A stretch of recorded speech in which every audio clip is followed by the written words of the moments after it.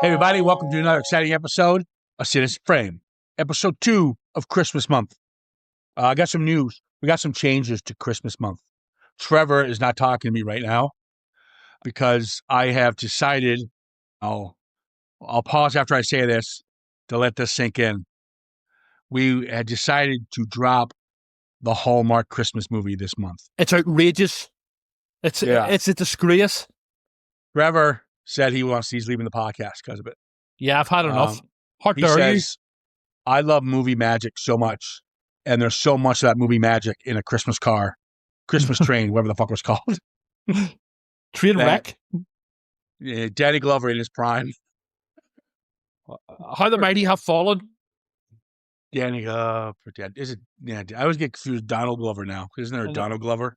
Danny Glover, you know what I mean? At his peak, he was Lethal Weapon, Predator 2, and now he's doing Hallmark films. I suppose they all do. They're all jobbing actors. And yeah. I mean, they get to certain age. And that's no disrespect to our boy.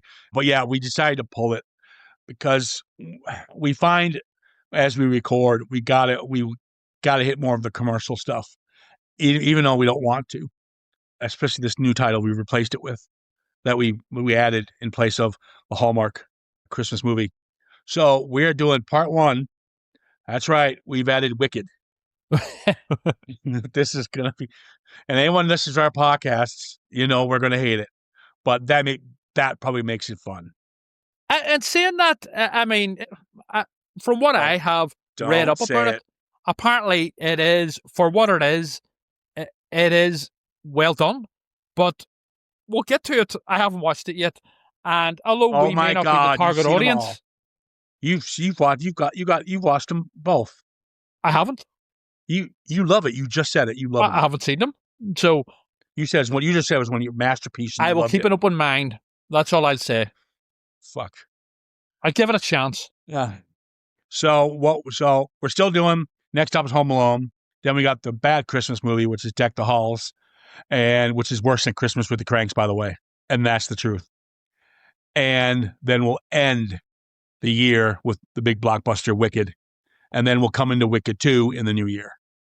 So there you go. There's our lineup. And yeah, should be fun. We could even do a Wizard of Oz month, the original classic, along with likes of Return to Oz, the Sam Raimi one. Who knows? Watch this space. Yeah. You never know. But on that note, we are talking today the remake of the 1984 horror film Silent Night, Deadly Night. This is getting pretty good reviews after giving it a weekend and didn't do well box office because no one really knows about it. Kind of a quiet release, which is fine. Don't think it costs much money to make. But so I thought about this one. And we talk about remakes here all the time. Now, I'm not looking at this as challenging a remake. Silent Night, Deadly Night, you can remake. It's not a good movie. I mean, it's entertaining for what it offers, but at the end of the day, there's a reason why the director went on to direct Christian films. He's actually a documentarian of Jesus and so forth. His repentance, night and day. But Jesus was going to punish him if he didn't turn a leaf after making Silent Night, Deadly Night. Quick review. I thought it was a good. I mean, I thought it was competent, especially with the special effects, and I do like the PTSD aspect of it, which was a darker, kind of a darker tone for kind of a comedic film. However, I felt the acting was terrible. The pacing was all over the place. The nudity and the rape scene of the mother a little too much. So I could take it or leave it. So this being remade, go for it. What about the second one? Work away. But second there, and then but I always say with the remake, you do it, make it your own. Keep pretty true to the original source, but make it your own. This one does it quite competently, but we'll see how well it does. I'm not going to compare apples to oranges because, like I said, one is CC movie back in the 80s. This is more of a B grade, but I will certainly some differences work. Some of the key differences work. Some of them don't. There's a funny thing. The big selling point for Silent Night, Deadly Night for me, the original, was the aspect of the PTSD. A little boy being traumatized, then being thrown into a foster care with abusive nuns, and not really be given the proper care that a child would need to deal with seeing such violence. and that was a plus for the film. In fact, a little funny fact: the woman who played Mother Superior, Lillian Chauvin, she made a comment during the chaos when Silent Night was going to be banned by all these assholes who never saw the film and just prejudged it. She said it's fault of the marketing team that did that, because she felt actually the story and should have been promoted around the psychological look of Billy and the journey that this child takes and how he becomes what he does become. That's what they said the marketing team should have focused on rather than a killer Santa, because they would have given a little gravitas to the makers of the film. And I can kind of see that, actually. I would agree with her in many terms. Basically, while the original, which I love, by the way, and I am a fan of it, while it is certainly batshit and over the top at times, there is that tragic sort of underlying sort of main theme and story about Billy and, the abuse that he's suffered over the years and stuff. Yes, it goes off the rails and stuff, but, at the same time, it was the 80s, man. You got to get away. You got to stop. You got to get away from that. Makes no sense. But no. I'm sort of joking. But at the same time, it is. It's a good story, and it's a lot. I think it's a lot more layered and clever than it gets credit for. Although I would say probably the sequels didn't do it any good. Its reputation. But I think it stands up well enough. I think. I mean, it's not a crap film. I'll say that, but I think you need to reverse that. I think you're seeing more than it's actually given. Because if that was the case, this guy would be working more mainstream. If people saw him, I think we're grasping at straws, as they say. I don't think it's the greatest film ever made, but what I'm saying is it's a lot better than it was made out at the time, and certainly throughout the years. And I think there is some serious stuff there alongside the more chaotic, batshit Santa murdering with an axe stuff. But I enjoy it. But it's a film that can be remade. It's not Jaws, okay? So, but people think there was a remake, the 2012 version called Silent Night. That was not a remake of Silent Night, Deadly Night at all. There's no, besides a killer Santa, it has no at all. No parallels. It was made by the guy who made the recent werewolves that we reviewed. Yep. It's actually pretty good, guys. You want some violent and gore? Oh, it's brutal. And Donald Logue's in it, and he's very funny. I like Donald Logue. Yeah, so check it out. It's very good. They have a little nod to it. They mentioned Garbage Day and stuff like that, but it's its own film. It's not a remake at all. The one we're about to talk about is. This is directed by Mike P. Nelson. You know what? He's got some good street cred so far. Wrong Turn reboot, which I thought was pretty good. VHS franchise, which is obviously a nice little franchise in Shudder. And he did a film called The Domestics. A little hidden gem. You guys should check it out. It's pretty good with Kate Bosworth. It's pretty good. Check it out. So the guy's, got some, he's got some good credit there. Now, what this film does, and this is where I'm teetering on some of the negatives, it plays it dead straight. Okay, so let's remove the laughs. However, there's some sequences that I wanted to laugh at, but was I supposed to? And that's the problem. Kind of when you're trying to do a happy medium. Well, the original was just batshit crazy. This one plays it straight, but at some points I couldn't tell if it was trying to wink at the audience or not. Yeah, there are certain sequences that it feels like they're trying to be more comedic and over the top comedic, but they're just a bit random. It's almost like this is competently directed, this remake, but certainly with, and it's generally played dead straight.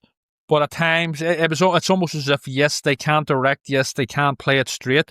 But when it comes to the more comedic stuff, it doesn't work. Yeah. We'll definitely dive into what those scenes are. Now, we just saw this film fresh, and I always like to see a movie twice. So all I really could do is went to see it in theater, and then I kind of marinated it for a couple of days to just kind of give it my final verdict, because I don't think that's fair if we're going to tear something apart or give it a review without, I just didn't want to do it right away. So, but let's dive into it. All right, we got our leads, Billy, or I like to know him as Corey from Halloween Ends. It's pretty much the same character. Yeah, basically. We got Pamela. We got Charlie, who's the voice in Billy's head. Yes, we'll dig deeper into that one. We got Dean Sims, who I like, played by David Brown. He is the father of Pamela. The shopkeeper. Yeah, we got Max, the cop. Terrible red herring. Not a red herring, just terrible plot device. We got the Snatcher. We got George, and we got Daphne, who's the Nazi mom, who is actually quite funny. But what really works for the film is the opening sequence. It's one of the best shots of the film. It is pretty much the same similar sequence that we got from the original one. Young Billy's there with his parents to see the grandfather. Now, before we get any further, I know you guys all know this. This is spoiler filled. And the one thing this film does, and it's kind of fun, some of it works, some of it doesn't, it has a lot of misdirects. And some of it, like I said, some works, some fall flat, but it's nice to see that in a slasher. And some I would say are totally obvious. Yes. Oh, yeah. Yep. They're the ones that fall flat. So there you go. If you haven't seen it, it'll probably be on demand in a week or so. All right. If not already. So we meet the parents. It's the same opening. He goes to meet his grandfather, and the grandfather dies while he's talking to him. And we get a glimpse of his janitor. He's, the kind of the red herring there, kind of looking all creepy and pedophile-ish. Yep. And as they're going home, they're obviously ambushed like the original, and the parents are both killed. But how they tell the story is it's in bits. So Billy will wake up and it's a nightmare. So we don't know the whole story of this killer Santa that killed his family until the end or near the end. And it's quite fun. Pretty much I'm going to go ahead and tell you what it is just for the review sake. It's what they decided to do. They took away the rape scene, which is a wonderful idea. And what they've decided to do was they get ambushed. This is deliberate attack by the janitor, who is the one who kills both the parents. And as he's killing them, the mother gets a shot off with one of her high-heeled stilettos into his neck. And as he's dying, Billy walks up to him. He's in a Santa suit, and he grabs his hand. This is where it's double-edged sword with me, because I like the idea. I just don't like the execution. And so, long story short, he holds hands with the janitor as he's dying, and his soul or his essence goes into Billy. And now Billy has his voice in his head, which is Charlie, who's pretty much going to be his narrator. It's basically a supernatural element that is not in the original at all. It's basically this sort of evil Santa consciousness is transferred from killer to killer. It's like passed down. So the janitor guy, he's basically the original Santa killer, and as he's dying, he passes it on to young Billy. Here's the plus part, okay? There's a twist in this, and we don't get this near to the end. And so what it is this janitor sees a lot of ugliness at Christmas time. And what has happened, we find out that the grandfather has signed all the stuff away to his son, but it's the parents that actually killed the grandfather. They poisoned him with too much medication or something like that. For the money. Yeah. And the janitor sees that, and that's why the janitor tricks. He's a vigilante. And it's like a sort of avenging angel type thing. Yeah, and I'm going with that. And he passes on that power, I guess you could say, or that career path. It's basically the killer Santa in this version, whoever it may be, only kills people who are bastards and deserve it. Yeah. And it is a fun idea, and it's a smart idea for modern audiences, because you're kind of taking away just killing people for the sake of killing people. But if I'm not mistaken, in the original, he only kills people that just kind of deserve it. Pretty much. So yeah, they got the vengeance. And what they do is he only kills during Christmas, the first 25 days, and he uses his advent calendar with blood. I don't know I think it's their blood, and he puts his thumbprint. Yeah. Every time he opens up a little window of the advent calendar, and then he only kills for 25 days. But it's got to be 25 people. So he's got to keep true. It's like a dark twist on the 12 days of Christmas. It's like his killing spree for Christmas. You know? So when he gets when he wakes up at a hotel room, he falls asleep. We find out he killed somebody. All right, Yes. we at this point think it's just a random killing. We don't know that he's a good guy technically. So, but this is where I'm saying where there's competence beyond the lens, and I know it's a simple shot, but the cops are going to his hotel room where this dead body is, and he's got to sneak out of there and get out of there before the cops show. So as the cops are coming around the corner, we see Billy climbing up this TV antenna or whatever it is Over the roof, yeah. over the roof, exactly. But and it's called timing. But it's a nice shot. You see him come from the side of the hotel, and they see Billy body just quickly disappearing on the other side of the roof to escape. And this is Max. I believe Max is. I do think it's funny. You got Max, who's a cop here, and it's a small town, and there's a thing going on currently, not with Billy, but there's a kidnapping of kids going on. He's called the Yeah. Snatcher. Yet there's no FBI here. Where's the press as well? The press Yeah. was swarming this town. However, you could say the same about weapons. I know it's a different film, but that is something that has been brought up about weapons.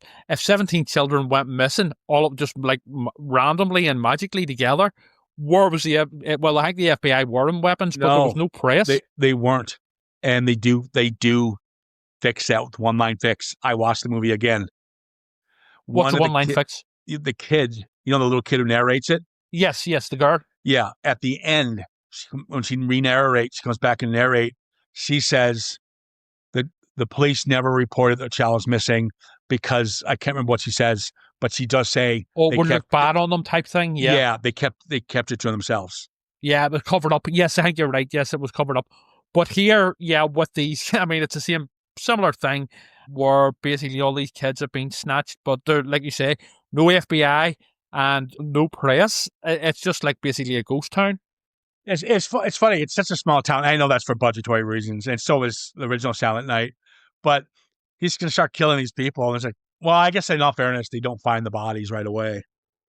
But yeah, I do like the fact when we're told that he's only like little things like, okay, we meet the first guy, George. He seems like a nice guy. The guy that comes into the store, yeah, where he's got the job, yeah, and he's kind of handsy with Pamela. Yep. But the dean, the father says, no, he's a good guy. But he's just a bit lonely, they say. Yeah. But Charlie, his inner voice tells him he's not. You need to kill him. And he goes to his house, and guys, the deaths are great. They don't hold back with the gore. Yeah, they don't hold back. And obviously his main weapon is the axe, and he just smacks it into the top of his head. But then we find out during a visit when the daughter goes to visit George, and the smell of his body, what's that smell? We find out that he actually killed his wife. Yeah, he had her buried under the floorboards type thing. Yeah, exactly. So we didn't know that right away. We didn't know he wasn't killing bad guys yet. We just knew that he was on a killing spree. So when you find out George, and then we meet the Nazi mother, it was quite funny. And then so we start realizing there's a pattern here. The only problem I had with it was, and I know we're not going to get it, so it may be nitpicking, but you got this voice, Charlie, who's great voice, the guy who played the voice, but I wanted more Columbo. And what I mean by that, I wanted Billy to do the investigating, and we're finding out how he finds out George killed his wife. And, rather than it being spoon-fed by Charlie. I would say... I think that's kind of a cheat.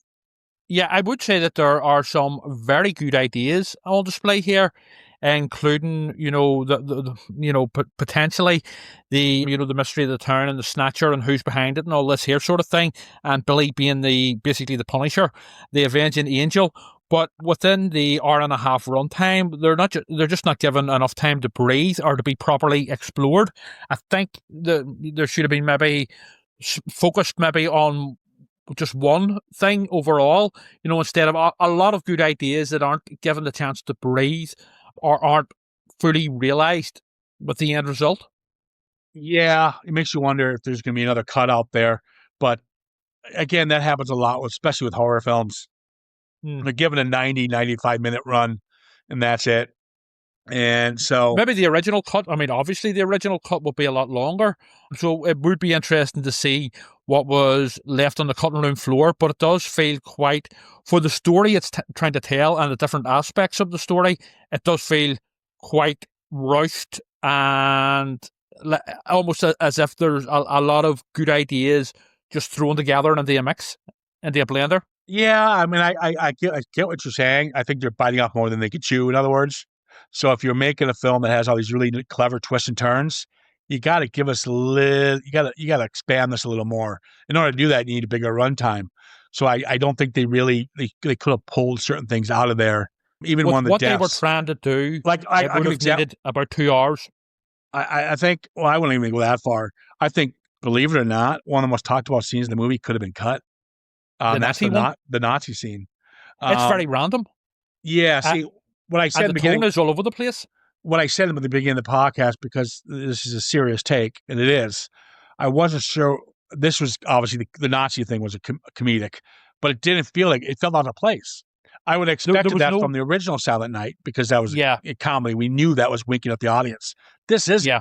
There's a sequence when we meet the Nazi mom at the hockey game, and this is where we meet Pam. Well, we know Pamela has kind of a violent temper. By the way, it's the most horrible try to be misdirectful or red herring or whatever you want to title it as is the Pamela character.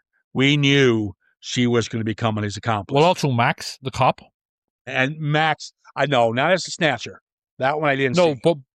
but yeah, I mean, it was pretty obvious he was a wrong'un, you Yeah, know. yeah. Um, But we're throwing a lot at you guys, so just you got to see it to understand what we're talking about, really.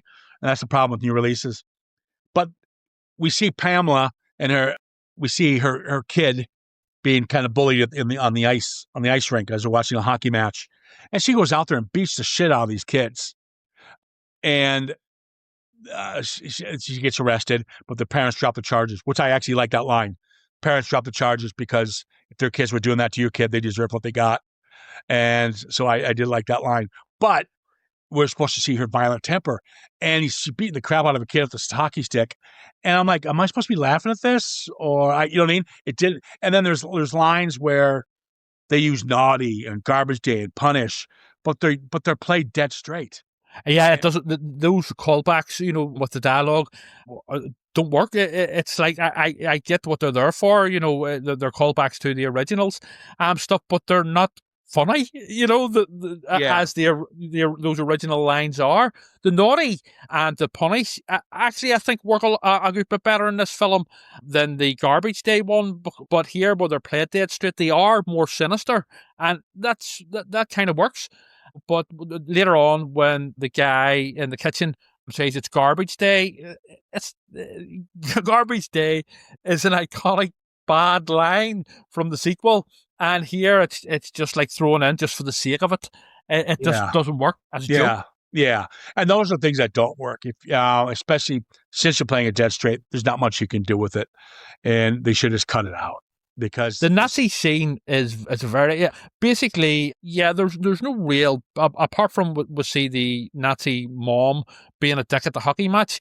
There's no real lead up to it. All of a sudden, he's in a bar and there's these people in comedy Nazi outfits, and so whenever they do get it, there's no real payoff for the audience because apart from the Nazi mom, but with all the other ones, we haven't spent any time with them, so there's no real payoff when they do get it. It just appears very random and thrown into the mix. yeah, it's a Nazi Christmas party. He thinks he's just following her wherever she's going, and try and track her down and kill her because she at this point she's just a mean mom and Yes, very abrasive and very abusive. So that's why he's going after her. He doesn't know she's Nazi. So he walks into this. It's supposed to be these fish out of water sequence. You know how those movies where the couple goes into a bar and the music stops and everyone turns to an look at him. American Werewolf in London. Yeah, or it's like a biker bar or something. Well, this is the same concept, but he's going in there to take her out, and then he sees a bunch of Nazis celebrating Christmas. Could be funny, but the movie wasn't played for funny, so it doesn't work. Yeah, And they it's very play random. and they're playing this Christmas song as he's slaughtering all these people with an axe, and he's supposed to go ha ha ha. I was like, no, this kind of doesn't work.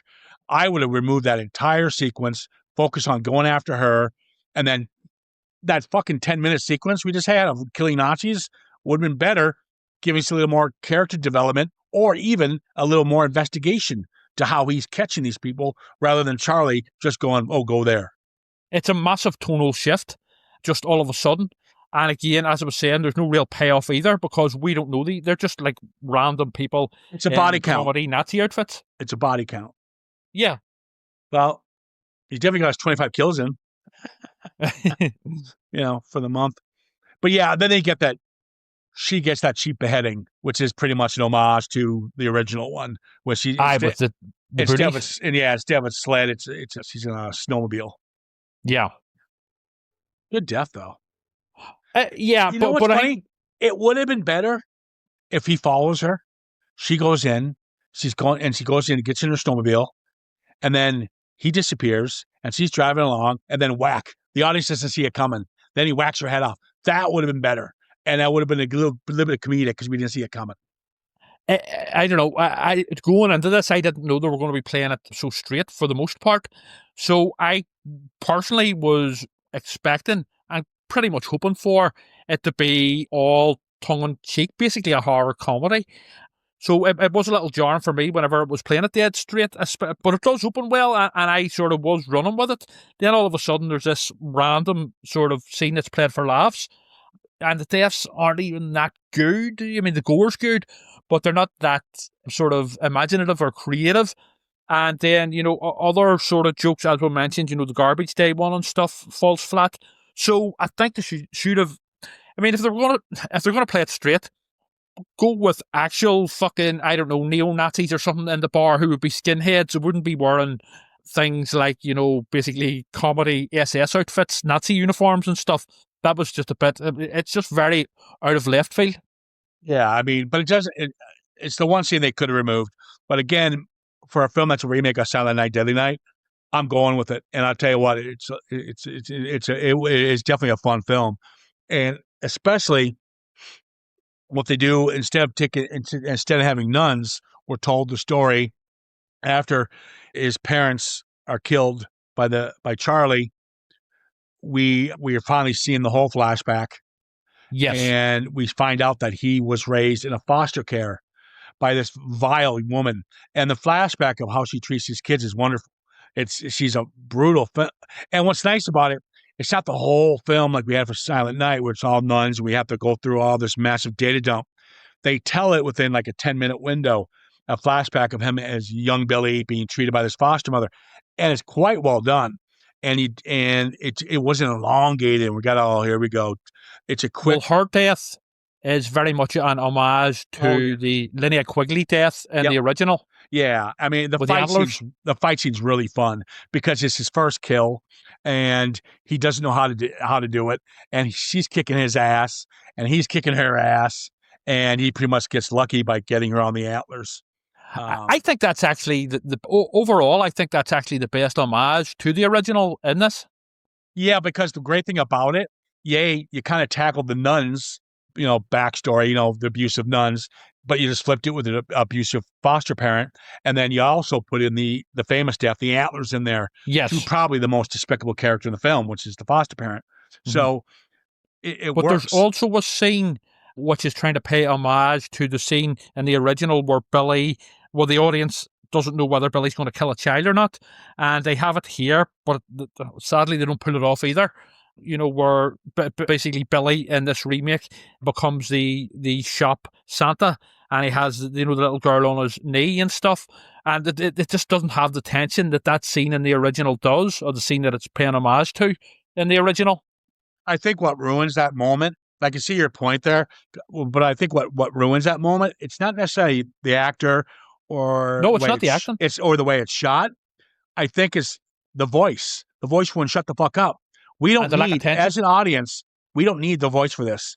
We would understand that the movie would have been better if you removed the voice, not completely, because I do kind of like it, but it's too much of a crutch. So I think it's Basil exposition as well. The audience would have been, the filmmakers should have known that the audience would be smart enough that he's sitting there, kids jumping on his leg, He's got the rays out, and we can just see his eyes moving like he's talking to Charlie, but we don't need to hear the conversation. That would have been better. Yeah. And then Yeah. when he puts away the blade, we know that Charlie's probably talked him down from doing it. That would have been more tense if you got rid of the voice of that scene. Yeah. No, yeah, it was lacking attention, whereas the original does have that. See, the original is so unique in that there's parts of it are like off the wall batshit and, you know, just bonkers. But there's a sort of deepness to it. You know, there's a depth to it. You know, at certain times. Whereas here they're trying to juggle too much, and not all of it works. Yeah, but a lot of it does. Yeah, some of it does. Yeah, and it's well acted. You got to understand. We're talking about a slasher film, and I know slasher films get a bum rap. Most of them are crap. No kidding. We all get that. But this isn't crap. This is a company directed. Yes, they got a little arrogant, bit up more than they can chew, with some like the Nazi scene and so forth. But it's well executed. Pardon the pun.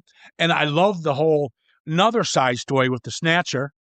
You've got where they're going after the Snatcher, and the kids are on that little hidden playroom, which is kind of creepy, and the Snatcher's in there, and they get the Snatcher, but we don't, and they're being followed by Max, the crooked cop. We don't really know what Max is. We know Max. We're supposed to think that Max thinks that Billy's up to something. And that's all he's doing is following them. So when he catches the Snatcher, but then Max kills Billy, it's a nice misdirect because we find out he's part of he's an accomplice with the Snatcher. Yeah, he's involved in it. I thought that was obvious, but that guy I didn't catch. No, I thought that was pretty obvious. I mean, you thought? I'm serious? You did not know he was the Snatcher.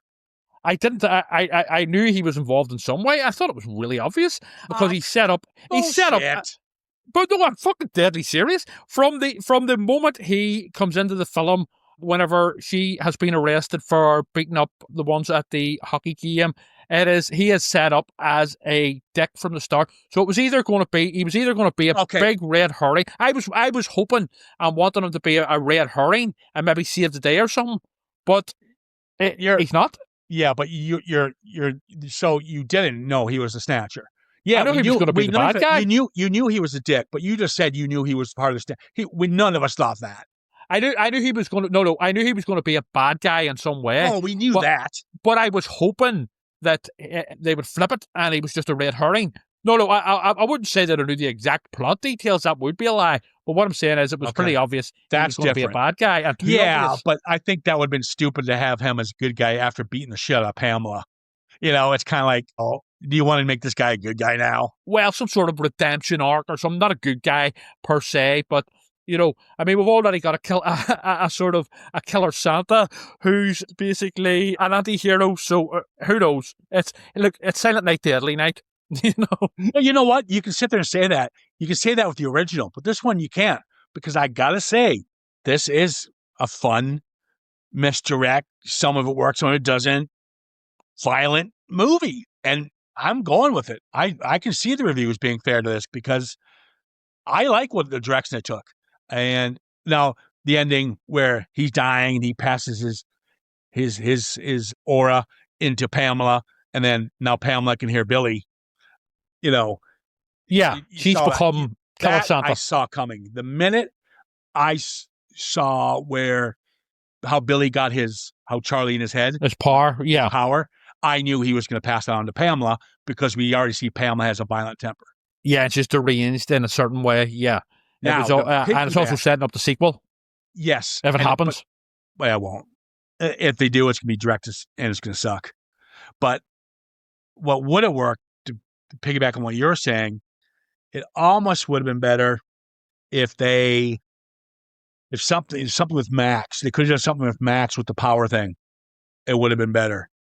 I would have been happy enough to just stick with it's basically post-traumatic stress type thing. Yeah, you still have his parents having bumped off the grandfather, and you know that's why he messed him up. But I didn't like the supernatural element. I thought it didn't belong in a Silent Night, Deadly Night film. They don't really pick up. They don't use that really. It's not a big thing, but yeah, it does jar with me. In it for a minute. It does jar though with me. Yeah, all right, fair enough. But I don't know. I'm giving this a pass. I mean, I'm on the fence. this is solid filmmaking. So much more competent than the original. But to be fair, the original for that time had balls. Um, This lacks the sort of charm and the humor of the original, which I was hoping for getting into this remake. But at the same time, there is competency there with a lot of it, and it's well acted. And I think they should have, if they were going to go with the grim, deadly straight tone, they should have just stuck with it throughout, and it would have worked better if they had just stuck with the one tone, instead of trying to jump back and forward. I'm on the fence. I would like to. I'll probably watch it again just to, at some point, just to sort of fully decide. Aspects work, and there are other aspects didn't work for me and jarred for me. It For me, it doesn't have the charm and the humor of the original, but it's a remake. You can't recreate the 80s. You can't recreate a cult classic intentionally. okay, I mean, again, Blade Runner, The Thing, those are cult classics. Okay, Silent Silent Night, Night, Deadly Deadly Night Night. is a cult classic. Oh, it's not. Come on. Absolutely, it is. No, It's it's a massively cult loved film. I'll by. give you that, but it classic. Yep, You got I will oh stick man. to I my mean, guns. no. I mean, geez, this is a better film than Silent Night. Blade 100. Runners, but the ones you mentioned are studio films. Oh well, maybe not The Thing, but No. The thing, Blade Runner. the thing, and Blade Runner are both cult classics. Cult classics aren't B movies. Cult classics They are can be both. they can be both. They find their This is footing eventually. Silent Night is not talked about every day like Blade Runner and The Thing. So I no, mean, not as much, but it's still a cult classic to many people, including myself. I wouldn't go that far, but it's a cult film. It's my favorite I'll give you Christmas that. film. But no, it could be remade. You can tamper with it. Oh yes, of course. I mean, I'm come not. on. I I'm talking. mean, Who's you're not going to remake Blade Runner. I'm not saying you can't remake it. But what I'm saying, generally in general terms, I'm not really a fan of remakes. But it's certainly not one that you can't, not remake.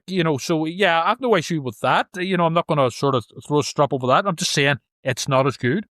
But then it's hard to compare. You're talking 40 years later, so it's never Yeah, going to be the same. yeah. For slasher film guys, lots of gore, good misdirects. Some work, some don't. Well shot, well acted. Our boy pretty much plays the same character from Halloween, but that's why they casted him probably. Rowan Campbell. Is it Rowan? They Yeah, should have had Rowan his Campbell. brother in it, Ricky. They should have had Ricky. Maybe he's in the Fuck backseat. We never off, saw Doc. him, and so they'll make a sequel. Bring the same actor back. Fuck off, Doc. But yeah, you'll see a lot of similarities to the Corey character in Halloween Ends. Yeah. But Oh yeah. He's been typecast, that guy. yeah, no kidding. But he's likable in this one. He's a good actor. He can act. Yeah, he's good in this. They're all actually, and that's another thing. The acting's so really good in this. Besides, It's solid. I'm sorry, Ruby Nosing isn't the best in this. She plays Pamela. I thought she was kind of annoying. She's all right. I think overall it's solid. The acting in this. I Yeah. wouldn't say it's great or really good, but it's solid. You would say I remember you would say Silent Night. You'd be like, no. The guy who plays Billy is brilliant, and you're gonna The say original is perfect. it's perfect. Are you kidding me? Are you fucking? It's perfect in all its flaws, anyway. But yeah, guys, this is a solid effort. And if you're looking for the exact same thing, you're not going to get it. And I always say, do something different. And they did it. Whether you like it or not, that's on you. That's your taste. But I liked it. They did something different. Definitely gets a pass for me. I'm on the fence. So, fuck you, Trevor. There. Garbage day. God. Next up, Home Alone. Christmas magic. I've never seen it. I can't. Yeah, you know what? You're sick. You're a sick person. I'm sick because I don't watch children's films. How have you not seen or you're not going to like Home Alone because it's nice. I don't give a shit about children's films, but I will watch it for the podcast, and I will be honest. Yeah, I know you won't. And I will watch it in context for what it is, and I will be honest. And you know what? I like Joe Pesci. So what? Joe Pesci. Okay. You said pesky. Are you gonna correct my names? Yeah. No. Brian Blessed. No. Brian Blessed. One time. You do it all the time. Twice you did it with Guillermo, and you did it with. Well, how do you say it? How do you say it? It's Guillermo. Guillermo del Toro. Wow. It's Brian Blessed. It's Brian Blessed. I'm sticking with that one. So everybody's wrong, including Brian Blessed. Yep. Fuck them. All right. So yeah, stick around for Home Alone. This should be a fun one. I have nothing else to add. All right, guys. That's all we got for you. Take care of yourselves.